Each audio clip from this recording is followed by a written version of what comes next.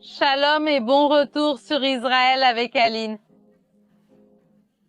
Vous pouvez voir avec toutes les personnes qui marchent autour de moi que nous sommes dans un marché, au marché Mahane Yehuda, ici à Jérusalem, le marché le plus gourmand de tout Israël. Et aujourd'hui, nous allons ensemble goûter les plats, découvrir quel type de saveur il y a ici, ce qui se vend, mais aussi ce qu'il est interdit de vendre ici. Et pour faire cette délicieuse promenade gastronomique, je n'ai pas un, mais deux invités spéciaux. Shalom. Shalom tout le monde, shalom. Regardez, je ne pouvais pas rêver d'une meilleure visite. J'adore, je te remercie pour tous les cours d'archéologie auxquels j'ai assisté récemment et auxquels j'ai participé avec toi. Mais celle-ci, venir au Mahane Yehuda, c'est spectaculaire. Mais laisse-moi parler de ce qui compte le plus, c'est Yair. Après que Yair se réveille, nous allons le présenter et je suis très fier de dire que les 3 générations sont réunies ici. Alors, si vous êtes prêts, on va commencer. Et une chose à ne pas manquer ici dans ce marché, ce sont les boutiques d'épices et de thé. Venez voir ça de plus près avec moi. Tout ce que nous voyons ici, les amis, ce sont différents types de thé. En réalité, ce sont des fruits secs. Tu mets ces petits fruits dans un verre d'eau bouillante pour faire un thé, puis tu les manges à la fin. Il y a aussi ici quelques mélanges pour le riz. Tu mets ça dans le riz et fais cuire. C'est délicieux. Et regardez tout le monde, la variété qu'il y a ici.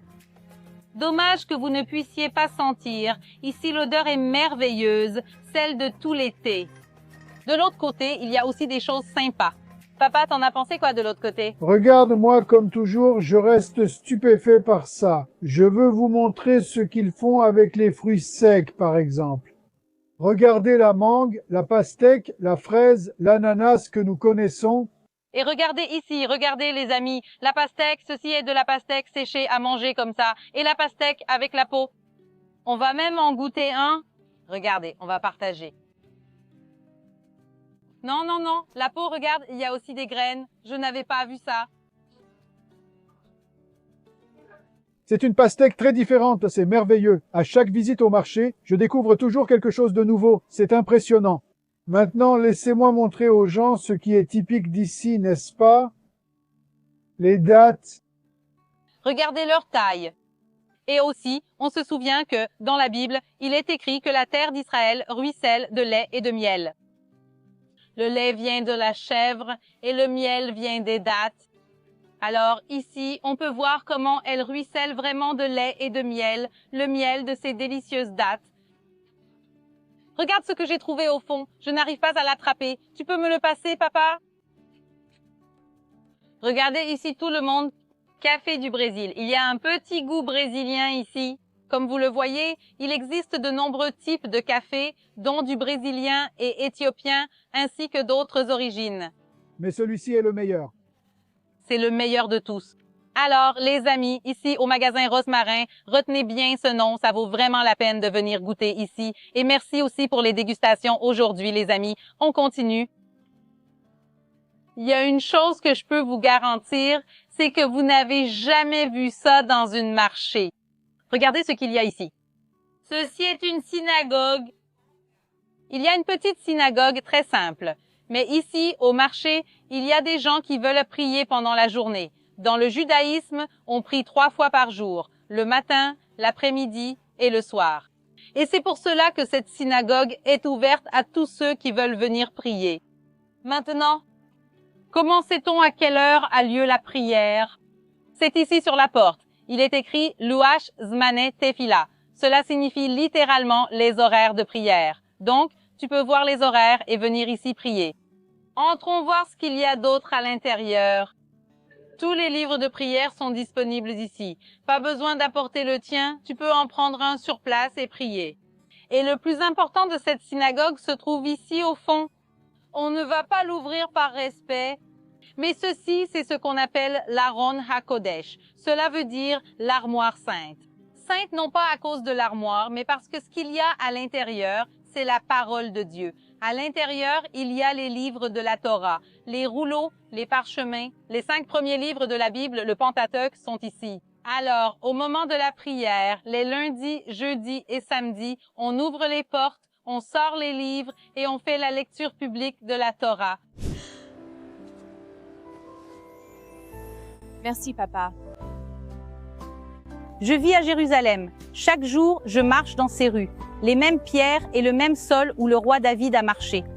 Je tiens dans mes mains de la terre du mont du Temple, récupérée par des archéologues dans les années 90 lors du projet de tamisage. Temple Mount Swal est la seule entité autorisée à vérifier et certifier son authenticité et son origine. Je suis tellement heureuse, c'est si beau et spécial, mais au-delà de ça, cela a une signification tellement profonde. Je porte avec moi un morceau rare d'histoire provenant du lieu le plus sacré de Jérusalem. Il a tout pour plaire, notre foi et notre famille, un héritage pour des générations. Je pense que c'est un objet que chaque chrétien devrait posséder tant que c'est encore possible. Chaque pièce est livrée avec un certificat signé attestant que vous faites partie des rares à posséder ce trésor. Clique sur le lien dans la description ci-dessous ou scanne le QR code pour recevoir votre lien vivant avec l'histoire biblique. Pour mes abonnés, où que vous soyez, la livraison est entièrement gratuite. Shalom. Et maintenant, revenons à la vidéo. Bon, continuons notre visite. On y va, papa? Je voulais vous montrer à tous. Ici, juste à côté de la synagogue qu'Aline a montré, il y a un magasin de produits religieux typiques, n'est-ce pas? Et j'ai été très impressionné par les kippas, les calottes et celles pour enfants ici. Regarde comme c'est mignon. Yaïr n'en porte pas encore. Normalement, les enfants commencent à en porter à partir de 3 ans. Mais il y a une question que tout le monde pose toujours. Laquelle?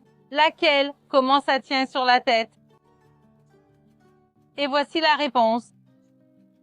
Vous voyez, les amis, il y a littéralement une barrette intégrée. Tu peux utiliser une barrette normale à l'extérieur. Ici, elle est intégrée pour ne pas que les enfants la perdent. Donc, ce n'est pas qu'il est juste posé sur la tête. On peut aussi, mais pour ceux qui veulent vraiment le fixer, pour qu'il ne s'envole pas, c'est comme ça qu'il faut faire. Alors, continuons notre promenade. Et allons-y parce que cette odeur est en train de me rendre fou ici. Allons goûter quelque chose maintenant. Regardez ce chariot qui passe ici, plein de rogalèches, ces pâtisseries merveilleuses, super traditionnelles. Ceux-ci sur le chariot sont crus, mais ceux d'à côté, vous pouvez voir qu'ils sont déjà prêts. Et, d'ailleurs, nous avons une recette de rogalèche ici sur la chaîne. Le lien est juste ici en haut. Dans ce marché, comme vous l'avez vu, on vend de tout. Ou plutôt, presque de tout. Il y a des aliments qu'on ne peut pas vendre ici. Laissez-moi vous expliquer quelque chose d'abord. Israël est un pays démocratique. Chacun peut acheter et vendre ce qu'il veut. Mais ce marché spécifique a des règles. Ils suivent les règles bibliques. Les règles de l'Ancien Testament concernant l'alimentation. Donc, par exemple, juste à côté de moi, il y a une boucherie. Il y aura du poulet, du bœuf et de l'agneau. Mais il n'y aura pas, par exemple, de porc. Parce que si on regarde ce passage qui s'affiche maintenant à l'écran de l'Ancien Testament, il interdit la consommation de porc. Et il y a aussi des passages qui interdisent la consommation d'autres animaux. Par exemple, les fruits de mer. Ici, les amis, pour ceux qui aiment les crevettes, par exemple, ce marché n'est pas l'endroit idéal. Venez ici pour manger de délicieux pains, de délicieux desserts, des olives, du poulet, du bœuf et d'autres choses. Parce que les aliments interdits par l'Ancien Testament ne seront pas vendus ici. Mais pour ceux qui veulent vraiment en manger, il y en a dans d'autres endroits ici en Israël. Cette boulangerie est simple, mais elle est à l'ancienne. Ce monsieur travaille ici depuis plus de 40 ans et il utilise des techniques anciennes pour faire du pain. Allons voir de plus près.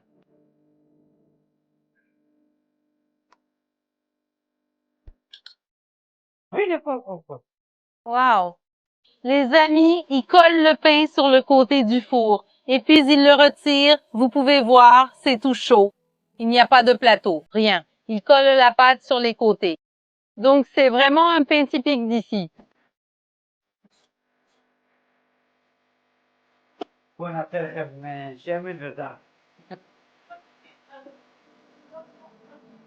Alors, il a préparé ici le petit pain tout chaud. Il a mis de l'huile d'olive. Et cette herbe verte qu'on appelle zaatar, ou, en hébreu, on l'appelle aussi ezov. En réalité, c'est une plante biblique, appelée hysope.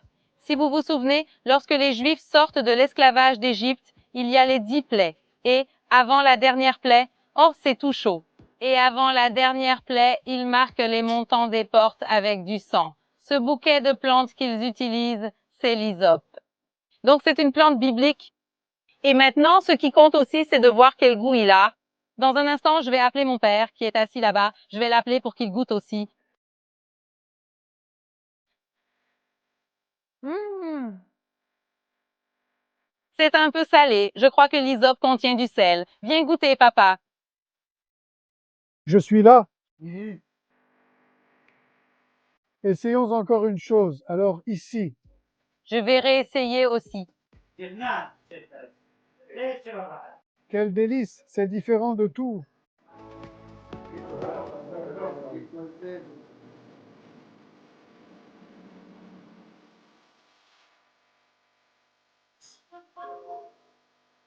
Les amis, laissez-moi vous montrer quelque chose de très intéressant. C'est le dessert à base de sésame qui s'appelle halva en hébreu.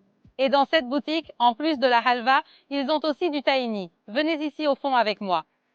Les amis, il n'existe pas de tahini plus frais que celui-ci. C'est comme on le faisait autrefois. Ce sont deux pierres, celle du dessus tourne, comme vous le voyez. Et il y a un entonnoir rempli de graines de sésame. Elles tombent entre les pierres.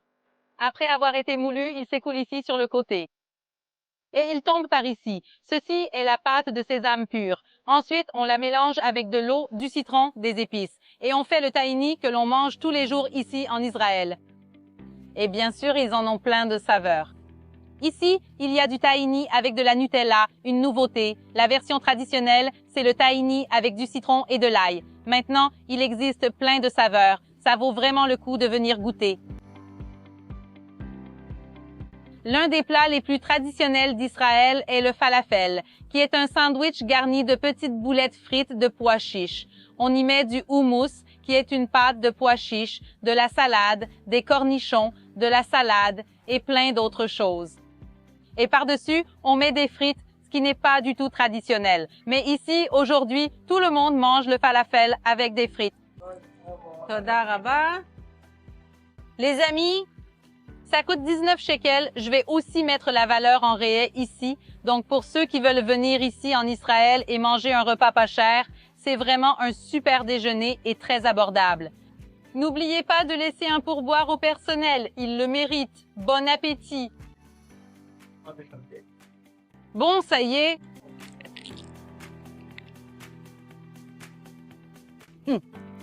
Nous goûtons beaucoup de plats délicieux aujourd'hui, mais je veux que vous me disiez dans les commentaires quel a été votre plat préféré. Les grenades ici en Israël sont merveilleuses et très sucrées. C'est pourquoi on boit du jus de grenade qu'ils préparent avec cette machine ici. Et il est vraiment très sucré.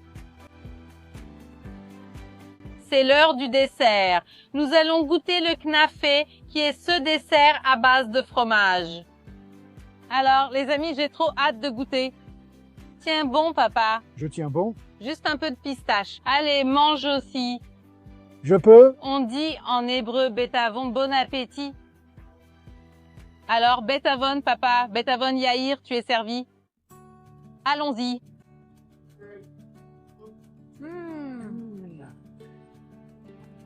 Vous n'avez aucune idée. Au-dessus, il y a ces petits fils qu'on appelle kadaïf. Je ne sais pas de quoi ils sont faits, mais c'est délicieux. Alors, donne-moi une petite minute, je vais en manger un peu plus et ensuite on continuera à filmer pour toi. Non, n'en mange pas trop. Laisse en plus pour moi.